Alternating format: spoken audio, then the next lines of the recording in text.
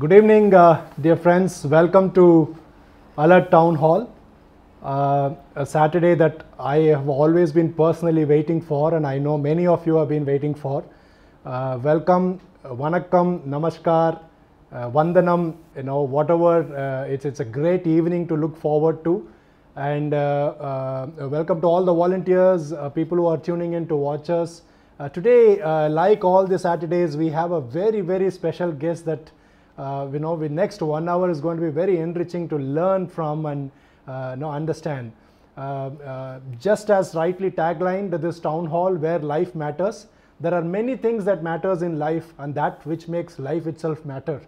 And one such is also about enriching and accomplishing things that can touch many more lives. So today we have one such special guest, and I am extremely glad to feel very privileged to have with us this evening Dr. R. Ramraj. Welcome, Dr. R. Ramraj. I'm just going to first go formally with reading the profile. It's a very long profile, but I'm going to go in the snippets of it. But a very, very illustrious and a very diverse profile. Dr. Ramraj is a serial entrepreneur who has been involved in ventures in IT, cellular and internet. His last venture was SIFI, where he was the co-founder and chief executive officer. SIFI was the first Indian internet company from India to list on NASDAQ US. He was recognized as the Evangelist of the Year at the India Internet World Convention in 2000 and also voted the IT Person of the Year 2000 and in 2001 by CNET.com. Earlier, he was a senior advisor at Sequoia Capital. He is currently a senior advisor at Elever Equity. He is a member of the Board of Governors of the Indian Institute of Management, Calcutta. Dr. Ramraj is the chairman of Willgrow Foundation, an incubator for social enterprises. He is a member of the advisory board of RAND Corporation. He is the first Indian to be invited to the board of directors of Internet Corporation for assigned names and numbers. He was a member of the global board of trustees at TIE, the Indus Entrepreneurs. The CII recognized him with a Lifetime Achievement Award for nurturing the spirit of entrepreneurship and inspiring and mentoring numerous entrepreneurs. So this evening, it is my absolute pleasure to have with us Dr. Ramraj. Dr. Ramraj, Vanakkam and welcome to the Alert Town Hall where life matters. It's such a pleasure to have you with us this evening. Thank you, Rajesh. Thank you. Pleasure being here. Dr. Ram, I've been looking forward to this Saturday and Saturday evening, and I've been also going through a little more deeper into the profile and reading more and getting to know more about you as a person as well. One of the things that stood out for me, I'm an 80s kid. Okay, so. In 80s, when we were, it wasn't way too common to sort of get out of college and, not just look for placements, but after even a few years after placement, to look for opportunities to do something on your own, right?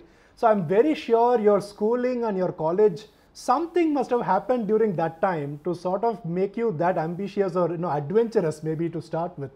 Right, so if you can, we can start off by you sharing with us parts of your childhood, the school and the college days that led you to be slightly outside what was considered very normal. So I was very fortunate to go to a school called Rishi Valley. Rishi Valley was founded by this philosopher Jiddu Krishnamurti, and 3 months in a year, Krishnaji, as we used to call him, used to visit the school and spend time with the kids there. And a lot of what he told us was, be curious. Be curious. Don't get into a rut. Don't do things just because everybody else does or just because your parents say so. Wow. Maybe you will do what your parents say so, but question it yourself and then decide. And he said that the worst thing that can happen to you in life is that you get into a rut, and the deeper, the longer you're in it, the tougher it is to get out. So I would think, question everything, be curious, don't get into a rut. I went on to do chemical engineering. At AC College, it was one of the best chemical engineering institutions. I really loved chemistry, and when in school because of a great teacher. Uh, and I mistook chemistry and chemical engineering to be similar. Okay. It turned out to be very different, but it was quite interesting. At that time, one of my friends in our final year mentioned about a business school. Uh, Meanwhile, I had admissions to go overseas to do bioengineering, which was relatively new those days, including admission in some of the better schools here in India. And then I got introduced to the two IIMs that were there at that time, Ahmedabad and Calcutta. Uh, so I wrote the entrance exam. Not many people wrote it those days, about 40,000 people, unlike the 2 lakh plus that write today. And so I was fortunate to get into IIM Calcutta. That took me away from engineering. Okay. Now, again, it was 1971 when I went to Calcutta. It was the peak time of Naxalite movement. Okay. 71 December was the Bangladesh war. We had blackouts, carbon paper we had to stick on our hostel windows. There were machine guns outside the institute because we were a bourgeois college. Okay. So in many ways, one has tried to follow one's heart and maybe try to do things a bit differently. So right from childhood, one has tried to follow one's heart and tried to do things that one enjoys. So that's how I got into being an MBA. Got a job in a company like Johnson & Johnson. Okay. Doing extremely well. When I saw an opportunity, one of my friends came up with this idea in 1984. Desktops came, IBM invented the desktops in 1981. 1981 and those years, you had to take your chappal off, shoes off to go to a computer room. It was almost like entering a temple. Right. From there, suddenly this idea that you could have a retail showroom for computers was an extraordinarily, staggering idea. And one got just carried away with the thought of changing the world with something like that. And that's how one moved from a very comfortable, very successful job with a wife and child in Bombay to start something on my own called Computer Point. Yeah. And so, yes, everybody told me I was an idiot to do it. But like I said, I did what I thought was where the world is heading. And I felt that that may be something that would be exciting. And therefore, to get into something as exciting as that, always being in the leading edge. At Johnson & Johnson, my job was to travel overseas, see those acquisitions that J&J were doing, and try and bring some of those products to India. So I just started getting used to looking at cutting edge products to be brought to India, assessing market, technology. So therefore, I thought this seemed like the right thing. My in-laws and parents thought I was mad. Yeah, I sort of, that was what was running in my mind. If today people think that way back in 80s, how it should have been when you chose a slightly different path than usual. Now, you rightly said it was very true, and I remember seeing the Computer Point, and it was something to walk into a Computer Point, and you were always looked cool when you walked into a Computer Point and came out. And in fact, I think the highway that one could get into and browse and stuff like that. And you're very right. It was almost like walking into a temple if you were to go touch a desktop, right? And these are days completely pre-liberalization and when I think everything was quite protected. One question arises there as to what exactly, even though there is newness to what came in the form of a desktop, what exactly you saw as an opportunity? Was it the newness itself, or was it like, this is something which is, it's not just the newness, but then you think that in 5 to 10 years time, this is going to become the normal and you wanted to chase that ahead of somebody else? Yeah, so you know that age-old story that we've all heard. Somebody goes to a market for selling shoes, finds nobody wearing any shoe and says, no market. And somebody says, wow, nobody's wearing shoe, what a market. A huge opportunity. Mm-hmm. See, the thing is, what were computers, desktops, being used for was small and medium businesses to begin with, Mm-hmm. were using it to manage their accounts and inventory. Mm-hmm. And it was moving from large companies Mm-hmm. to small companies. Microsoft and others had just started making their presence felt. Mm-hmm. Packaged software started coming, all on floppy disks. So I don't think anybody knows what a floppy disk is today. But yeah, large CDs. And so it was very apparent that computers are going to reach MSMEs. Most large computer companies were going to the large corporates. And there was this whole segment that was not being tapped at all. Mm-hmm. And they needed this. So the way we actually, and many people were scared, intimidated by computers. They didn't know what it was. Mm-hmm. And so first is the retail showroom where you can walk in. And then what we did, we got young college students to be there, casually dressed, not the IBM style of a blue suit, tie, jacket, all that kind of stuff. No, these were young kids in t-shirt and jeans who were there. And so people walked in and children or youngsters were talking to them of how this could transform their business. So just seeing youngsters hanging around and a full glass frontage in the Worli area of Bombay, you can't miss it when you drive past. And so people could see and walk in. So it was the opportunity of the mid-sized companies. It was the opportunity that retailing is the best way to access mid-sized companies. How to draw them into it.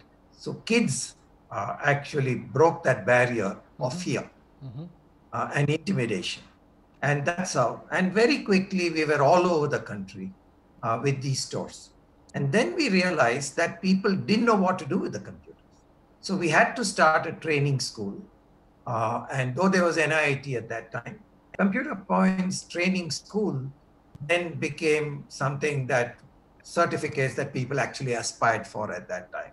And it was an extension that I can't just sell a computer, I had to even teach how to use it. And so we had to create a category. And that is really, so it takes time when you have to create a category, then you're the leader, a lot of investments you have to do, but you have to be passionate and execute. Very nice. So rightly said. So Ram, as we speak, there are people logging in and watching us right now live on FB. We have Mike Muralidharan, the chairman, with us, Rajan Chinnaraj, Kalpana Muralidharan, all watching us live right now. So dear viewers, who probably dropped in a slightly delayed, we are talking to Dr. Ram Raj, a very illustrious and accomplished serial entrepreneur. Learning, a lot of stuff that he's been sharing with us so far. So as we continue in our discussion, from a BTech, chemical, and as you rightly said, the difference between chemical and chemistry, and all the way into transitioning into IT, right? And your days at SIFI, the way the SIFI went on all the way onto getting listed on NASDAQ. One specific I have, everybody knows this story, but one specific, probably only you can answer, and I take this opportunity to ask you, is that, walking us through those moments when actually SIFI got listed. At that point in time, again, I see there could be a lesson here for many of the entrepreneurs, because at that point in time, was it more about SIFI as a brand, or was it something, a larger purpose, that you got opened to in your own mind, when that listing happened? It's a great question. What is your purpose in life? Even when you're running a company, what drives you? What motivates you? Mm-hmm. Let me quickly give you a background on SIFI. There's only BSNL providing internet in this country. So we had to lobby with the government to allow TCP/IP protocol networks to be built. Mm-hmm. As usual, from zero, the government decided 600 licenses. Okay. So overnight, 600 licenses. Now you're one of a pack. Okay. And how do you stay ahead?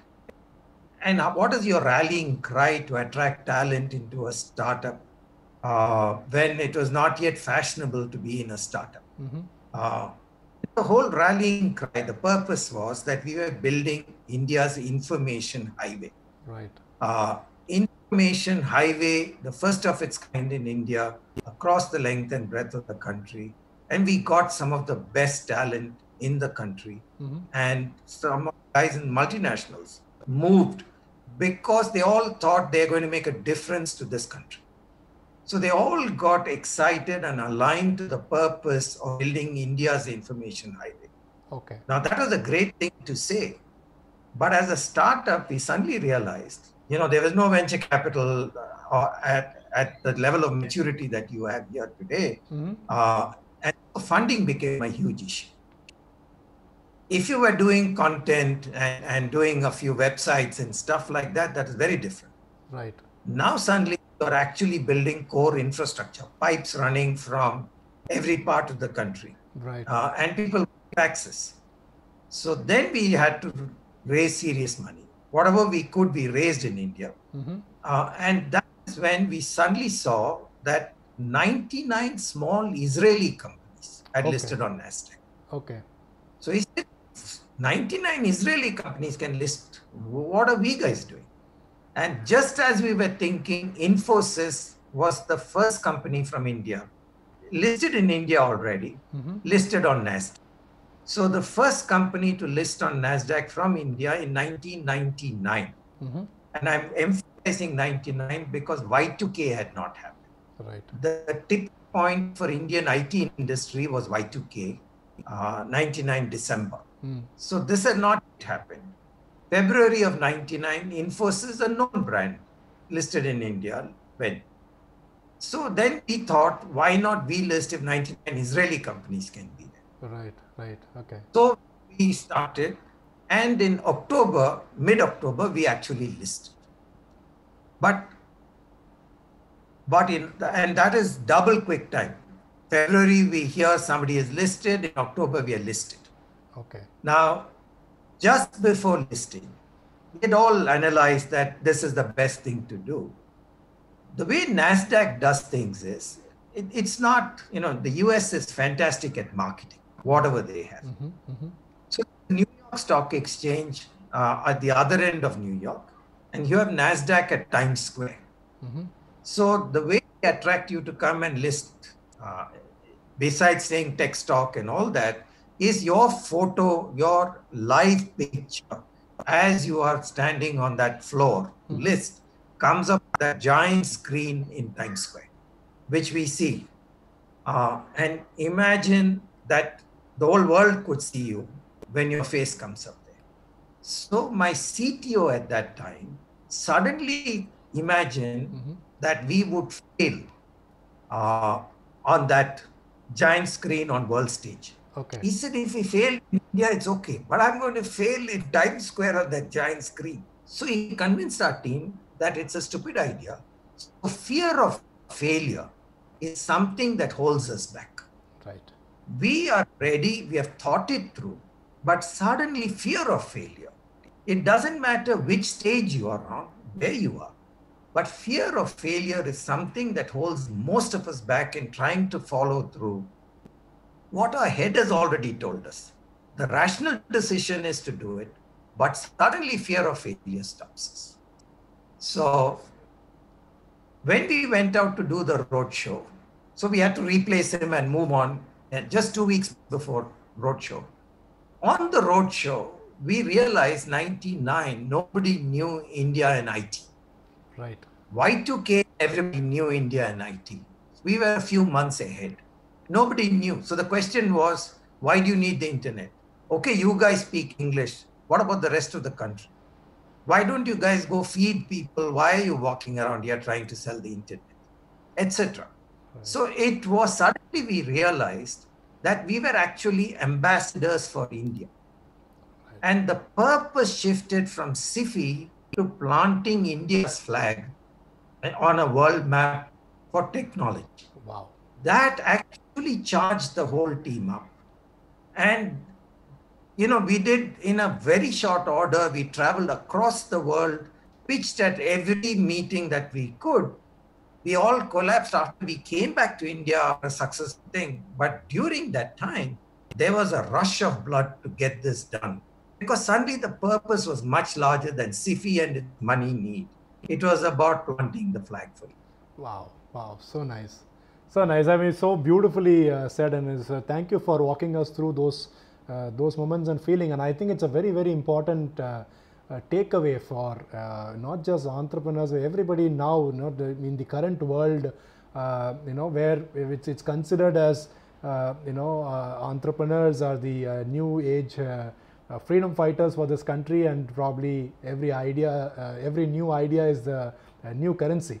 Right, so many of our friends in the industry say this, and I think it's very true. And that large purpose that you speak about, it's not just about that idea, that small business, but probably a great opportunity of putting India on the world map, and that makes it all the more purposeful.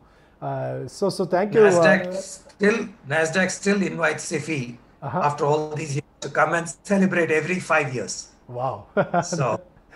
That's so nice. That's incredible. That's incredible. We have people joined us. More people joined us.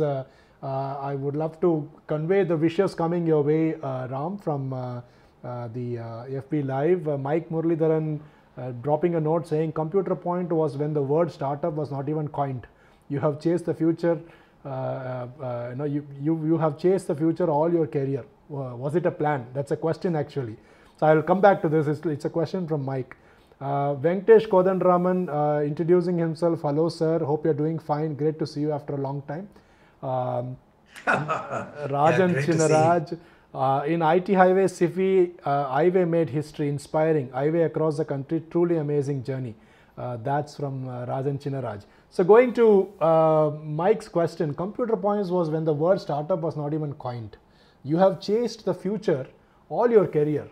Right, so you are always ahead of the times. So is it a plan? That's the question. See, like I said, one of the, when you're young, many things that you pick up stays with you for the rest of your life. So I told you our teacher was J. Krishnamurthy, Jiddu Krishnamurthy. I'm very fortunate. And that message of don't get into a rut. Question everything. And be curious. Therefore, one kept learning from everybody, because that was the curiosity means, like today, my granddaughter who's 7 has an online class in school. She is far more handy with all this than maybe even I am, all these gadgets. So I have some help I need, I go to her. And that has been the way that whoever is the expert, whoever knows more, go there and you may pick up an idea. Right. And then that might look futuristic because you may see the business opportunity out of it and then take it forward. So learn. See, many of us get stuck. What brings us successfully up to here often is not what is needed to take us ahead. And the only way that we can go ahead is to continuously learn. And it is very difficult sometimes for us. And Alvin Toffler said this, illiterate of the 21st century is somebody who can't learn, unlearn, and relearn. And it is very relevant when you look at new ideas. Right. So what holds you back? Ambiguity holds you back. Fear of failure holds you back. Right. How do you take decisions that matter so much in an uncertain environment? Right. Actually, it can be very exciting. If you just look at a few things to see, is it real opportunity or is it a mug game? So far, at least I've been lucky that 3-4 ideas cutting edge that we have tried have all worked out well. Computer retail, first networking company, local area network, Microland, first cellular company, which is today Vodafone. It was Sterling Cellular. So sitting in 92, bidding for a cellular license. I didn't even know what cellular was when I first heard it. I thought it was a biology stuff. I didn't realize that it was all this. So from there to actually win a license and then see, we were in our business model, we were charging 16 rupees a minute for receiving a call. So imagine how the world has changed. So yes, one has tried to learn and move on. Right. So beautifully said, Ram. So picking off from one of the sentences that you spoke, in terms of innovation and idea. See, I'm going to ask a very academic question here. Everybody who gets an idea thinks it is an innovative idea, right? It's by our own self-assessment is we think that idea is high on innovation quotient. But having been through a few rounds of successful ventures, from your own personal experience, what would you think or what would you say as the real measure of the innovation in an idea? Is it just the market? Does somebody need it? First is, does somebody need it? See, the difference is, will somebody pay for it? Does somebody need it? Will somebody pay for it? Often what happens is we stop at the beauty of the idea without looking that in order to get it to a customer and for that customer to actually feel that it is serving a purpose, fulfilling a need, there is a price point at which they will accept it. And so to test that, does it fulfill a need? How is that need being satisfied today? And would somebody pay for it? Most innovators think that selling, checking these price points is somebody else's job. Okay. I am here coming with these ideas, sitting under a Bodhi tree and hoping then you're not an entrepreneur. Then there is a role to be the idea creator, an R&D person, and an entrepreneur will pick up your idea and take it to market. Right. But if you want to actually be the entrepreneur who is going to take it to market, you have to see what is the go-to market. Will somebody pay for it? Is it making a difference in somebody's life? How are they meeting that need today? And how much will they pay? And how many people are there who will pay? It could be just 10 people. Then what happens? So scalability. Right. Okay. Yeah. So that beautifully answers the question of how innovative is the innovation itself. Coming to sort of look at the India as an opportunity right now, I think we are sort of living in exciting times. I'm very sure, probably, I'm almost thinking on your behalf now, maybe if you were looking at yourself, instead of 1984, if Dr. Ramraj was now here in 2020 with the same, instead of 84, it is 20. What are the zillion things that you see in front of you right now? And how much it looks like there is a lot of startup buzz, people wanting to, and also funding available for many of the startup buzz that is going on. But is it just the tip of the iceberg, or have we even scratched the surface? How large is this opportunity, and where does India stand in the next 20-30 years when it comes to breaking ground? It's two generations work towards probably putting one Sundar Pichai on a global map. But can this generation and the next generation have Googles right here in India?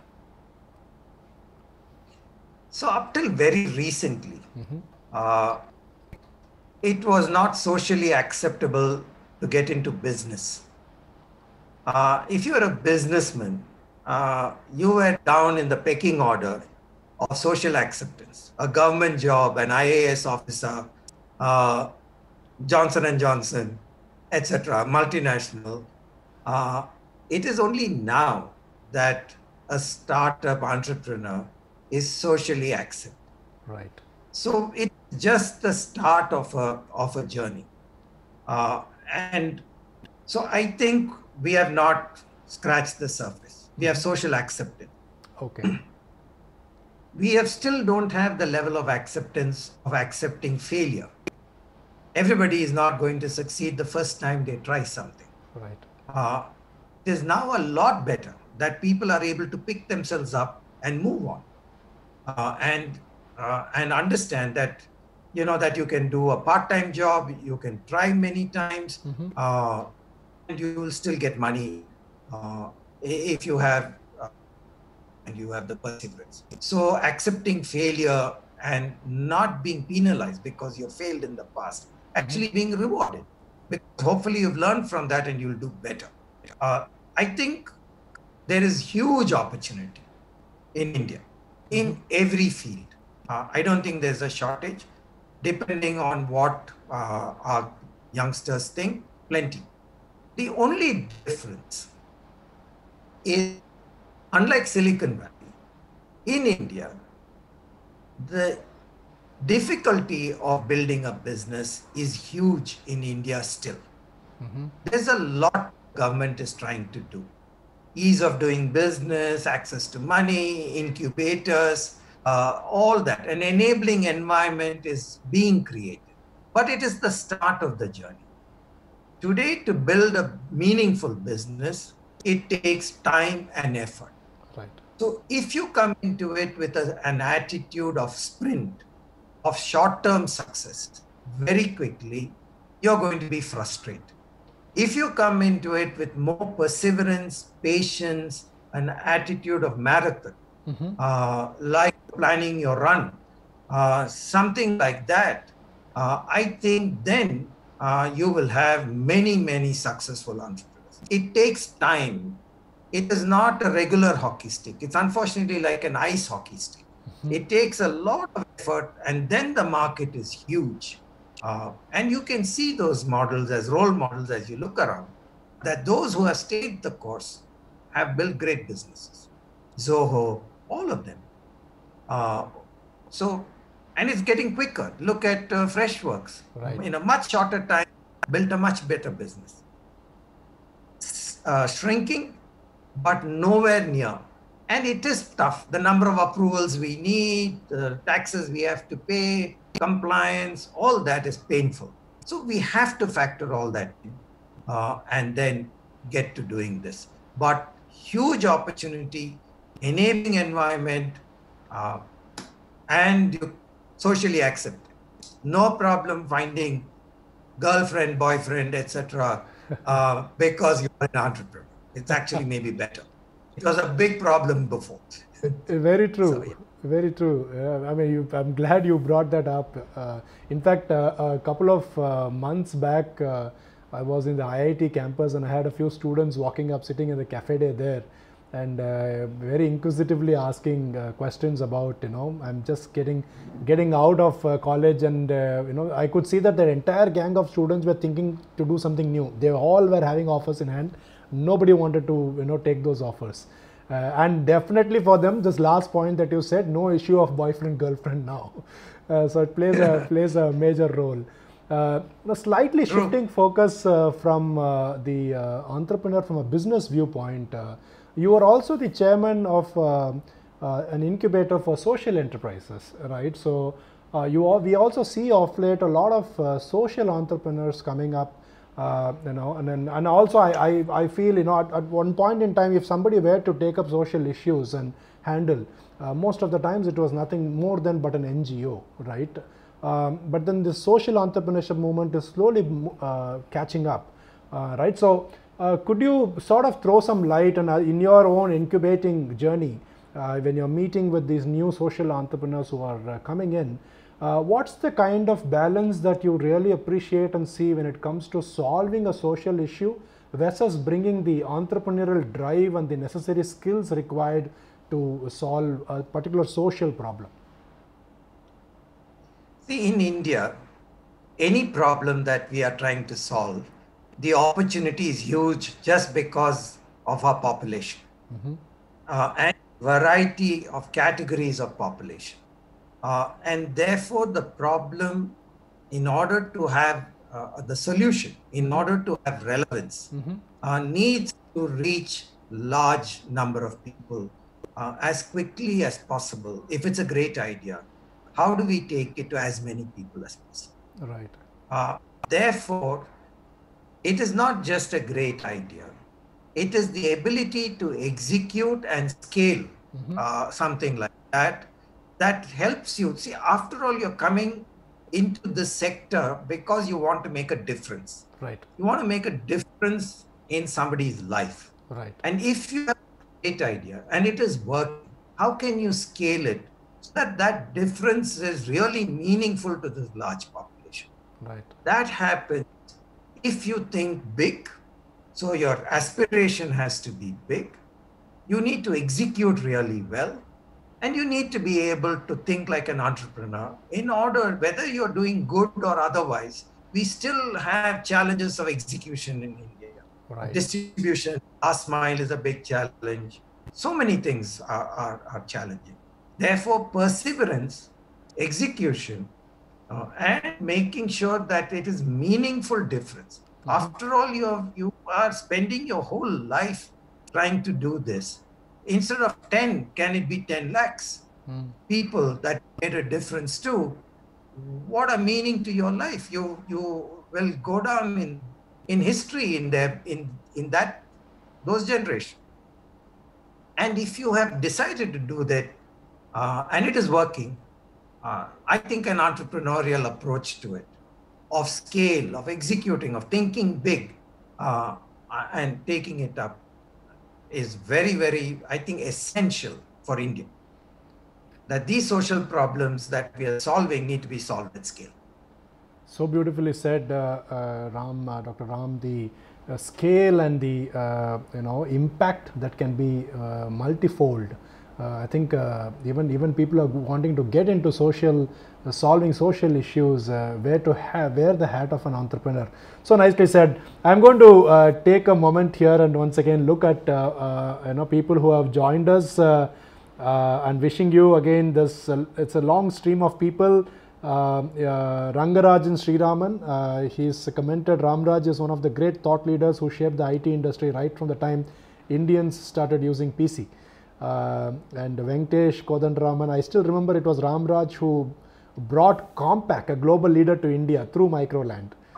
So I see a lot of wishes coming towards you, Ram. So Rajan Chinnaraj commenting, great to hear social acceptance of entrepreneurship. I think that's entrepreneur will really know what that acceptance really means to that individual. Vaidyanathan CR, great to hear Dr. Ramraj. I have followed him from Computer Point days. So there's another question on COVID-19. I'm going to hold on that and I'm going to come back to that. In the meantime, Ram, you just spoke about, we started off talking about entrepreneurship and the scope for it, the future for it. And also, I think from that IT as relevant to the topic, even to touch humanity, how much an entrepreneurial mindset can bring impact and scale to anything any good people want to do as well. So we at Alert also try to do that and see that our reach can get the scale it's required, that is required. I would want to just make a very small pause here, and I want to make a request to you for sort of release a teaser, curtain raiser of you just spoke about entrepreneurship is not a sprint, but it is actually a marathon, right? So that's the endurance that is required to be in that journey. So Alertathon is a event that Alert has been doing in that endurance space, running for the last about five years now, to drive home the message of saving lives. And this year, with the pandemic throwing a lot of challenges and constraints and all that, and also opening new thought processes and new doors, we are looking at having Alertathon actually much bigger, wider and larger outreach. Make it a virtual event, and once you make it virtual, it used to be only a Chennai only event. Now we are looking at going global. Anybody can, believing in the cause of saving lives, can support this cause and participate in what it takes to save lives. So I'm going to make a small request to you, Ram. So I would want you to release the curtain raiser. This event is being planned between the 9th and the 13th of September, with the 12th of September falling, it is recognized as the World First Aid Day. And I think this cause has highest relevance in the pandemic times, which has woken all of us to how important preparedness is in this whole, in life itself. So a few words of a message from you of how important saving lives is, and on your word, we will release this teaser today for the coming event Alertathon. Thank you, Rajesh. I'm truly honored. One of the things that one saw as an entrepreneur, as anybody trying to do things, what happens when the unexpected happens? And especially when something like this comes, the first thing is denial. Right. Somebody was telling me the other day, when I can, I'll go meet my customer in August when I can start traveling. Right. What about all these months? What are you doing? So, can be in a denial mode. Or you can look at it the way you have looked at it, saying, hey, this is no longer a Chennai event, it's a global event. And I can get participants now to see what great work we are doing of saving lives. And that ability to look at every challenge and make it into a much better opportunity, a larger opportunity. And especially when you're saving lives, that is one of the most rewarding things that you can do. The fact that somebody, before the ambulance comes, you've done something and you've saved a life. I think there can be no greater reward to a person than seeing that happen. And I think this is wonderful. And I wish this event all the best and would request you to please release this. Thank you so much, Ram. So we will just, dear viewers, so privileged for this to be released by Dr. Ram. Alertathon event is around the corner. This is now in a new avatar, in a much larger, wider, global, virtual format. So with that, with taking permission from Ram, we are going to get the teaser out. Just hang on there, stay tuned for a minute, and here it is.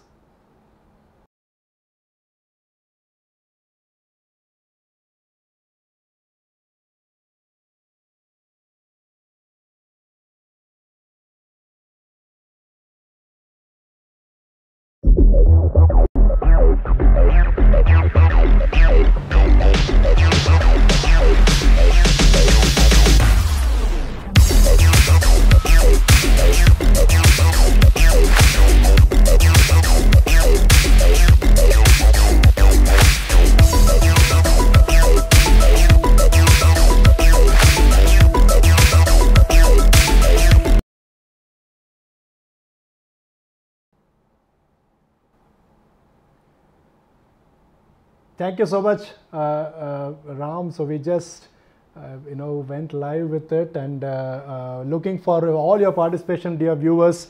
It's exciting times. It is trying times, but then I think it is also exciting because it's opened up newer possibilities. Coming back to our conversation on how important this is, how important this whole view is. It would be wonderful also for you if you could talk a little bit about the Feed My Chennai initiative, and that's a very different hat you wear. And also what I really loved about the initiative is the completely organized and a very structured way of approaching. And it was once again, it is a testimony to the fact that you can create scale, and you can let impact touch many more lives when you go in a very structured manner. Can you talk to us a little bit about this Feed My Chennai initiative of yours, Ram? Sure.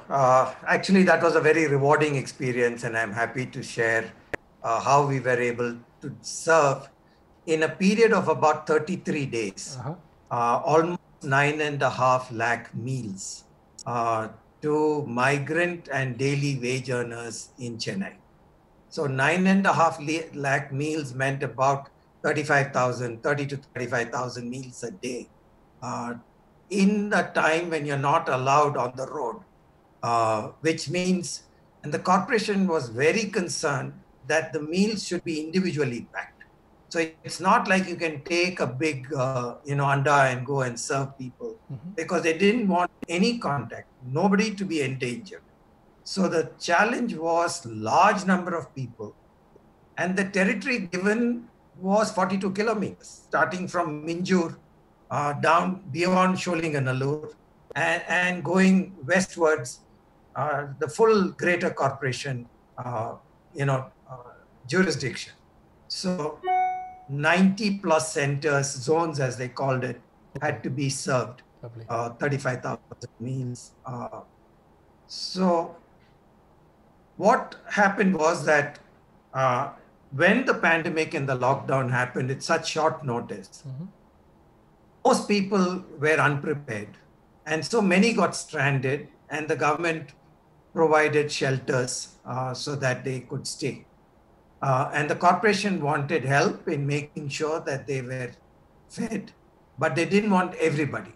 Normally, when there is some crisis like flood or something, all of us can be on the road going out and actually taking blankets, clothes, food, because there's no other problem other than getting this stuff to them. Here, you're not allowed. And so corporation was being careful how you did this. Somebody in Bangalore, Ganesh, who started Big Basket Growth Story, started this in Bangalore and was taking it elsewhere. He called us and said, would you guys, it was called Feed My City. He said, would you make it Feed My Chennai and do something here? So 4 networks came together, 4 networks. The first network was that once Ganesh told me, so the network was that he reached out to me. I quickly called a small group of IIM Calcutta alumni and the executive director at TIE, Akhila. And together, a small group of 7 people said, can we take a look at what it takes to do this? We then spoke to the corporate. This was on 3rd of April. We spoke to the corporation, and they said, look, they were not giving permission to anybody. And then we spoke about the manner in which we were going to do it. And they said, all right, we will allow you to do it. But you have to then do 35,000 meals a day. And fantastic, you have to scale. Now, how on earth do you scale? And so we suddenly realized there was this corporate kitchen company called Hungerbox. And Hungerbox had no work because they were normally serving to the IT industry. Right. And they had a bunch of kitchens, including a kitchen of Annalakshmi, the restaurant in Chennai. Right. But they had corporate kitchens. And moment the corporation heard Annalakshmi, they said, wow, this is the kind of food. So first was a network of people who could work together. Second was a network of kitchens, because without those corporate kitchens, That brought hygiene. That brought, taste. And it brought certain standard processes by which, because it's in a corporate kitchen and you could produce, you could then bring in standard SOPs. Check temperature 3-4 times a day, wash your hands, gloves, all that kind of stuff. Right. And you could manage and keep the people staying there. They didn't need to go back and forth. So the second was a network of kitchens. The third was a network of volunteers. If you had to go to 92 locations, food had to reach by 12:30 for lunch and by 7 or later 7:30 for dinner. 85% of this 9.5 lakh meals reached at 12:30 and 7:30. Wow. 15% reached half an hour later. Wow. But 100% of these meals reached because of volunteers and the commitment of the volunteers. They made no money. They didn't do it for anything else. They put themselves at risk. But the spirit of volunteerism, which we see so much, they came every day, lunch and dinner, and made sure that the food was there. Second, they asked the people, what do you think about this food? And then one of those people said, look, you're giving us rice morning, you're giving us rice in the night. We are from, Orissa, Bihar, etc. How about chapatis? And so then we had to find how to make chapatis quickly. And from the next night, we start serving chapatis. Wow. 50,000-60,000 chapatis had to be made and served with dal and vegetables and all that. Okay. We had a doctor who was checking the hygiene and health, and he checked nutrition, making sure there was nutrition and taste. And the last was the network of donors.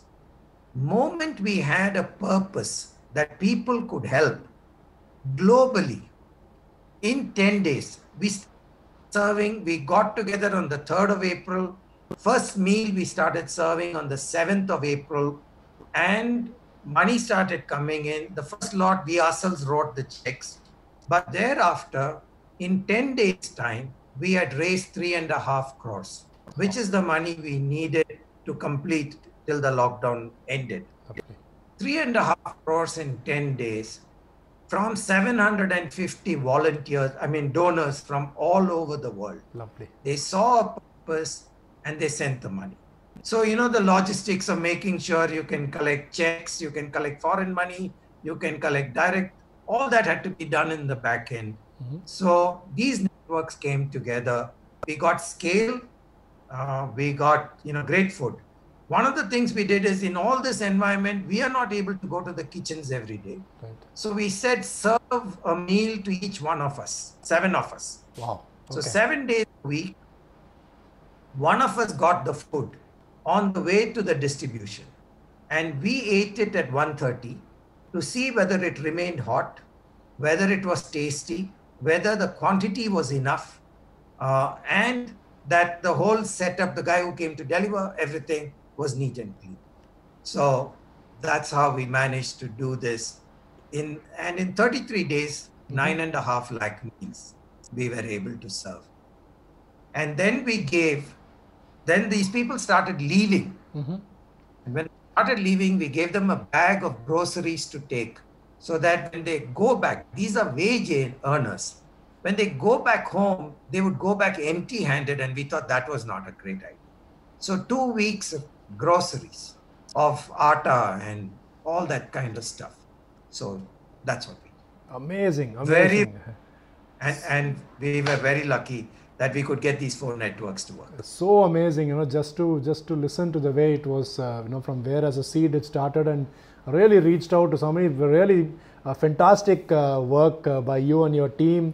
The entire Feed My City concept, and taking it to scale and actually delivering, and really love to hear this thing about a quality check done by the 7 of you to ensure that the right kind of food is actually being delivered. I have a couple of questions coming here. As we started speaking about social initiatives, we're moving on to the humanity part. So I have a question from Ms. Kala Balasundaram, the founder at Alert. It's a privilege to have you with us, Ram. Welcome. It's an honor for Alert to have the Alertathon curtain raiser released by you. Thank you. It is great Thank to you. listen to you talk on social entrepreneurship. Most times, the social initiatives undertaken for the good of community doesn't always come with tangible or measurable results, as in a revenue model, but may result in a huge impact.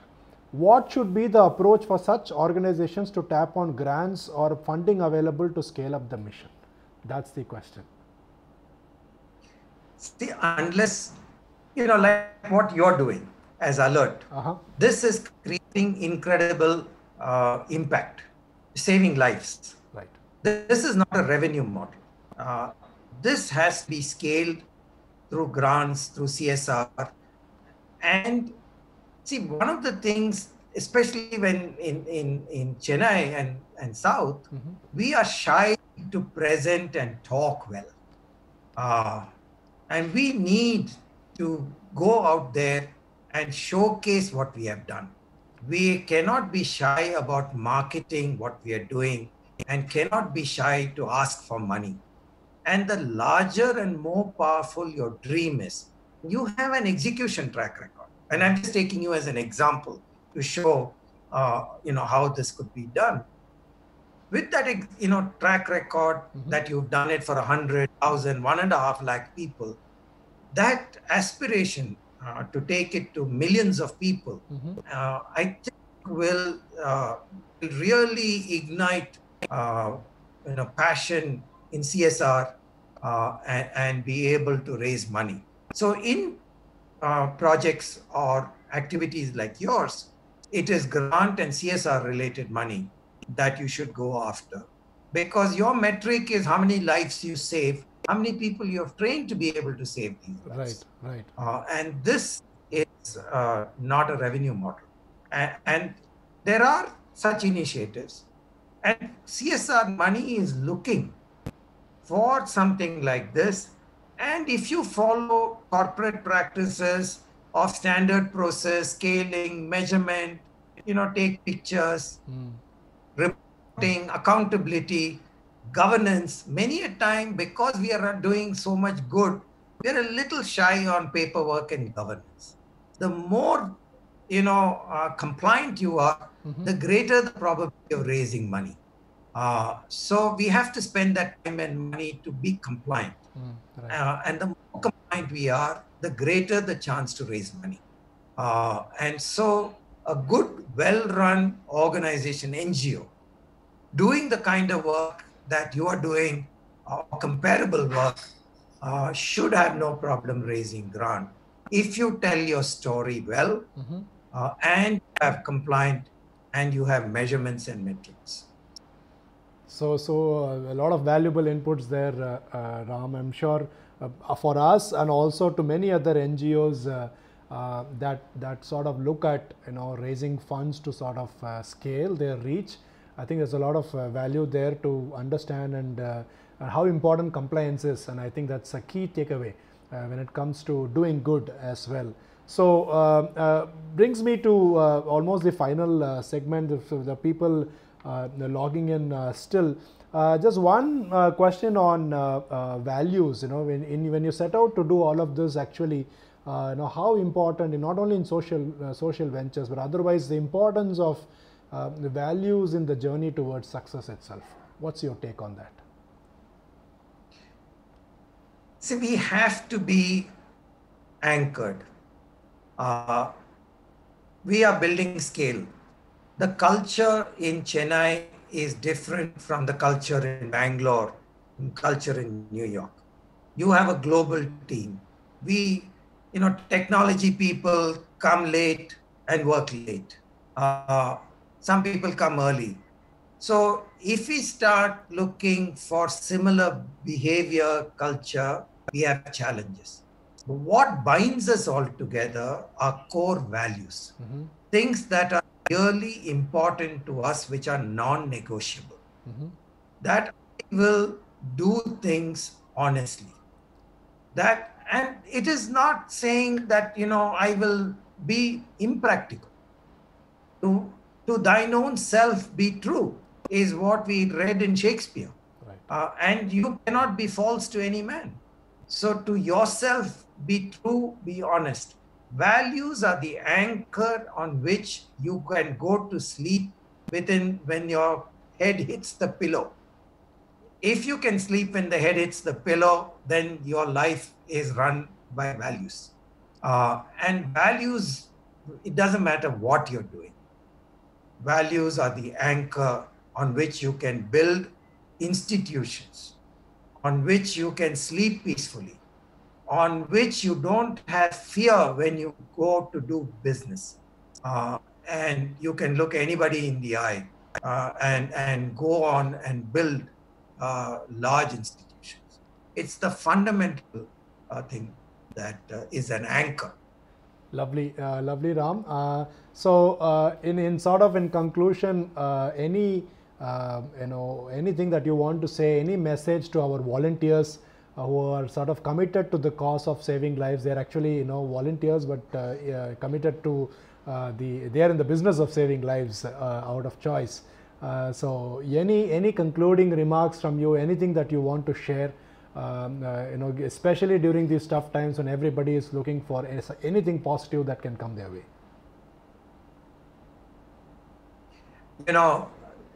I only want to say there is the story of this little young boy on a beach. Some fish had been washed ashore, and this little 5-6-year-old fellow was picking up one fish at a time and throwing it back in the water. And there was one adult like me, cynical, sarcastic, walking by, seeing this whole beach full of fish flapping, flipping, this little fellow carrying one fish at a time and throwing it back in the water. He asked him, "What are you trying to do? Look at this whole thing." The little fellow took that one fish, ran to the water, dropped it in, saw it swimming away, came back to this man and said, "It made a difference to that life, one life." And as we do, let us focus on saving one life at a time, each one of us. It is the most rewarding experience. And I think we must remember that boy, that what we do makes a huge difference to that one life that you've saved. And every day you'll be saving like that. And this, so wonderful work. Stay courageous and continue to do this with the same level of motivation that you've been doing this. Wonderful work. I envy you all for the kind of rewarding feeling that you have. Thank you so much, Ram. It's been a fantastic evening, I should say. A lot of things you touched upon, both in terms of the entrepreneurial journey, things people who are looking for getting into those areas, picking up those ideas, going out and making a difference that can probably change so many lives for the better. And also, on the societal front, even if you're doing social good, I think wearing an entrepreneurial hat, how much you can help in scaling an impact that can be created. So I've really had a great time, and I'm sure, dear viewers, everybody is going to accept with me. Volunteers who have been watching this are very inspired by the positive words that you have thrown on all of us today. So very grateful to you for having spared 1 hour of your time, 60 minutes of your time with us. Thank you, very grateful to you for joining us this evening at Alert Town Hall. I enjoyed it very much, and thanks for this opportunity. Thank you and all the best. Thank you, Ram. Thank you.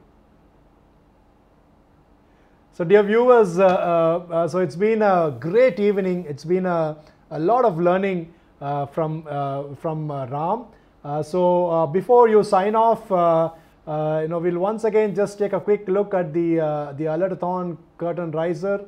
It's been it's sort of exciting. It's a lot of negative things that we keep hearing about, and this is something which can be bring in a lot of positivity, energy, and participate in something which is a good cause, and let us promote. Let us let the world know how important it is to be prepared, be in readiness to save lives. So with that, I'm going to play the curtain raiser again, and look forward to meeting you all in the next Saturday town hall. Until then, please stay home and stay safe. Here we go.